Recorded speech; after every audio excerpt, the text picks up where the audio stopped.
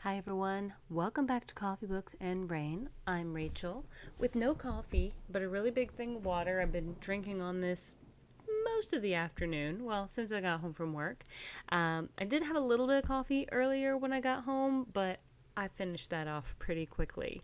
So, we don't have any rain, but we do have some book reviews. I'm trying to get quite a few of my books that are due either at the beginning of next week or, over the weekend. Trying to get them read and recorded as quickly as possible because I have Dragon Con this coming weekend and I'm very excited. So I am driving to Georgia Thursday night and we'll be going to Dragon Con potentially 1 or 2 days because there is just so much to see and do.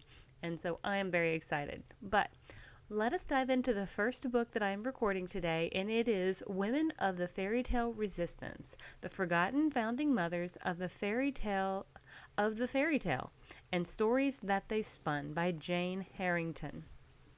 Now, a lot of people potentially may, of course, know the Brothers Grimms or Hans Christian Andersen and people of that ilk who were gatherers of stories or tellers of stories. And within this particular book, we learn a little bit about the women who truly kind of came potentially before even the Brothers Grimm. And so let's dive into the summary and we'll go from there. Long before the Brothers Grimm, there was a sisterhood of writers who defied the patriarchy and launched a literary craze with their feminist fairy tales.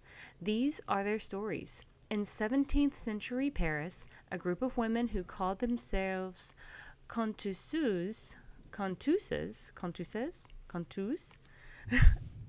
you know, Duolingo really should grade me anytime I try to say a French word that has not come across my my vocabulary in that particular app. I'm still very bad at it, so apologies. One of them, Marie Catherine d'Aulnoy, actually coined the term fairy tale, and some of these stories contain many familiar and well loved elements that appear in tales like Rapunzel and Beauty and the Beast. Unfortunately, these women and their tales have mostly been forgotten to history. Women of the Fairy Tale Resistance uncovers seven of these writers' biographies, which are just as compelling as their fairy tales, and retells 12 of their original stories. The women were mostly young noblewomen who were forced into undesirable marriages and did not have the freedom to give their opinions, travel, or choose who they wanted to love. They used their stories as a way of subtly complaining about their husbands and critiquing the oppressive reign of King Louis XIV. The female empowering, gender bending tales can combine themes like romance, fantasy, and escapism, and their protagonists with an S, control of their own destiny, something each of the writers deeply desired in their own lives. Enchantingly designed with stunning full cover illustrations throughout, this unique and entertaining book will have you rethinking everything you know about traditional fairy tales. So this is considered nonfiction, and that is one of the reasons I picked it up. That and the fact that I really enjoy reading fairy tales, like the classic fairy tales, of course.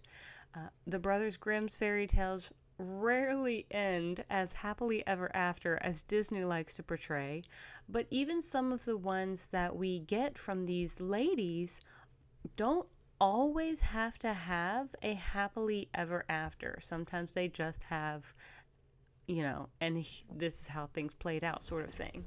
But I thought it was really interesting because, of course, even though I have studied literature for a very good portion of my life, I guess fairy tales is not a course that was really often offered in my college or as even an elective to really dive into. Now, I did take a course on folklore, which was very interesting, and I took one specifically on Old English that was very interesting as well. But had there been a fairy tale class, I would have gladly joined into that fray. and I think I had to take like one elective, or I think I had to take like a couple of electives, and I wasn't able to really sub them out with classes, or they didn't fit in my schedule or something like that. And I ended up taking, I think I took music theory, which is kind of basic, but I definitely took karate and I took scuba diving, and as part of my college curriculum. So that was really fun. But diving back into this book, it's not very long. It's about 240 pages, and it does release on August 19th of 2025. So by the time you hear this, it will be available, I guess, potentially where most books are sold. And again, the cover is very pretty. And so the cover drew my attention, the fact that it was nonfiction, and the fact that it is kind of this fairy tale resistance. So I'm wondering, in my particular mind, so the reason I think this author kind of had this thought is that the fairy tale resistance, there were these women who would go sit in what's called a salon, and they would sit and kind of do whatever sort of thing. It was like a women's circle, I guess you could say, or like a book club. However, they would have their own various, like maybe writings in this particular salon. And so this particular group, they became really more or less known for writing some of the originating tales for familiar fairy tales. And so I do remember, and I picked up this book, and I want to say like the very first story is probably I think it's called Feline or Feline, and I guess it depends on how you say it, especially if you're French. But I really liked it because it is kind of a little bit of a backwards Beauty and the Beast. And like I said, this is probably like the first one that's even told in the book. So the like in this neighboring kingdom, or what have you, in this kingdom, this king, he doesn't want to give up his throne, but he sees that each of his three sons are almost chomping at the bit to kind of take over the realm. And so each of them, he gives them three tasks. Well, he gives them one task. He says, okay, I need you all to go out and, what's the first task for? Go out and do something. And so they all three go out and they explore the world. Well, the youngest prince ends up running across this castle with which seems to be almost like disembodied hands, like they're just hands, there's no body attached to them. So like I guess you could kind of think of Cousin It, that are going around and doing all the cleaning and dusting and setting up the trays. And then there is also this beautiful white cat, and she seems to be the mistress of the house. Anyway, she is very much, she is the feline, or the feline, and in French it's chat, C-H-A-T, chat. I know that sounds like I said like something else, but that is not, that's the word for cat. But this feline is really pretty. So the prince kind of has a little crush on this cat, but it's a cat, so he's like, all right, so we're gonna be friends.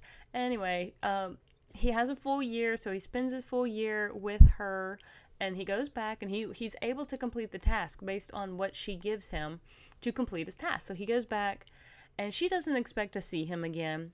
And well, when he gets back to his kingdom, the king's like, oh, y'all need to go out and bring back the finest piece of linen you can find, or the finest piece of silk you can find. And so he sends the sons back out, and of course the youngest son goes straight back to the kingdom with the cat, and spends another year in her kingdom just enjoying. And then she gives him something that has this incredibly fine silk in it, and he completes the task and again wins the task.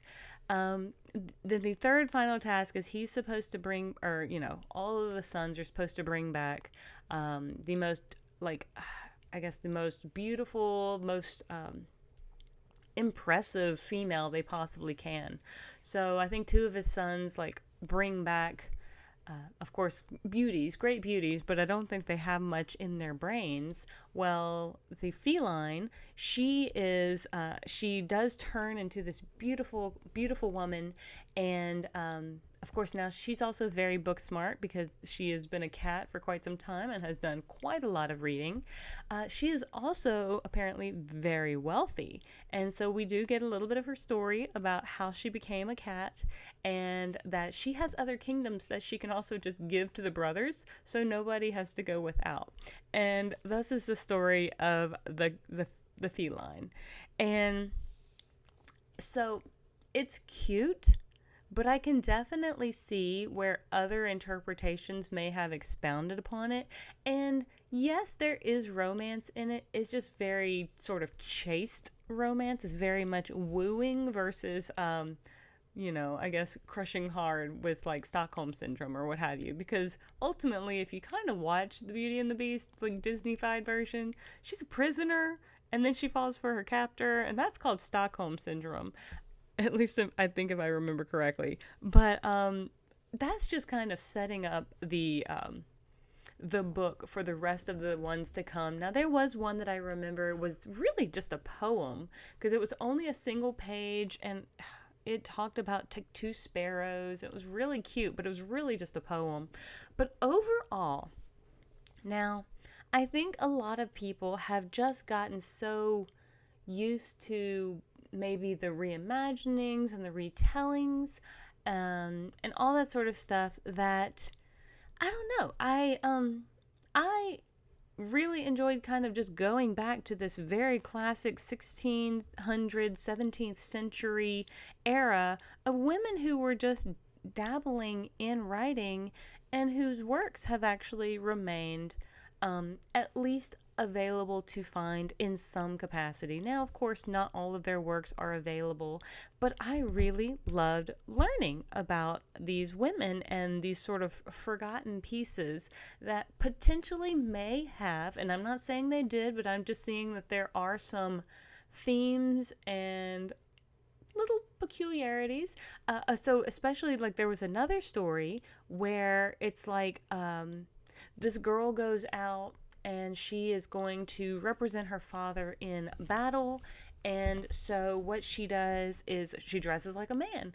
And that kind of reminded me, in fact, of Mulan when, her father gets conscripted and she's like, no, I'll go in your stead. And she like cuts her hair and off she goes into battle. Now, I do not think this is the story of Mulan, no. But it is kind of similar in the fact that I think her father is old and he's unable to do something. I can't remember the exact, like the precise thing about it, but the girl goes out and she really does. She goes to the kingdom and she meets a fairy, and the fairy kind of puts a little bit of a glamour on her, so she appears to be kind of, I would assume, non-binary is what she kind of looks like. She looks neither one way nor the other is the way it sounds. And so she goes to this other neighboring kingdom, and the king kind of falls for her is what it sounds like. But she also finds along the way, she finds these three really fantastic like fighters. Well, one is just like super, super strong, and one has amazing eyesight, so he's really good at archery, and one is, oh gosh, what was he good at? Anyway, it kind of reminded me of Mulan's like three friends, but each of them having their own individual talent. And so there again, there is this kind of skill challenge that she has to come up against, and they become her champions, and so she's able to complete the task, and in the end, success. So it's really cute. Now, I liked it. I can see that some people are giving it 3 stars, and I guess I'm a little sad about that because I find this to be kind of interesting. Now, is reading about these women's past like surprising? No. Most of them probably got forced to marry fairly young, probably between the age of like 14 and 16, because that's just what they did at the time. Probably had to have children and all this sort of stuff. And many of these women were just kind of forgotten for just being writers in general. Now, are we gonna like? There's only like that one group of writers, and again, I'm blanking on it, who kind of all sat in a salon together and kind of wrote together, but these women are not going to be remembered like that. But I do think that some of their story is really important to remember. So I do give this probably 4 stars, if not a 4.25 stars. I guess it just didn't work for some people. I don't know if maybe they just didn't understand, or maybe they had preconceived notions, and so kind of reading this was not their cup of tea or something of that nature. I'm trying to see, like, that's why I'm kind of scrolling to see, because this person said she always assumed that the Grimm's brothers got most of what they wrote from other writers, but it surprised me to read this and find that many of the fairy tales were originally conceived by women. So it sounds like they learned something, but they said this book is maybe for someone younger, or who's reading with someone younger. It's still enjoyable, but too juvenile once you get past the history, which is, they wanted, I guess, more history. I don't know. I thought the balance was pretty good because you kind of do get to focus on just a couple pages of their history, so you don't get incredibly bogged down, but you may get 8 to 10 pages of their history, kind of telling you their life, and then you get a couple of their works.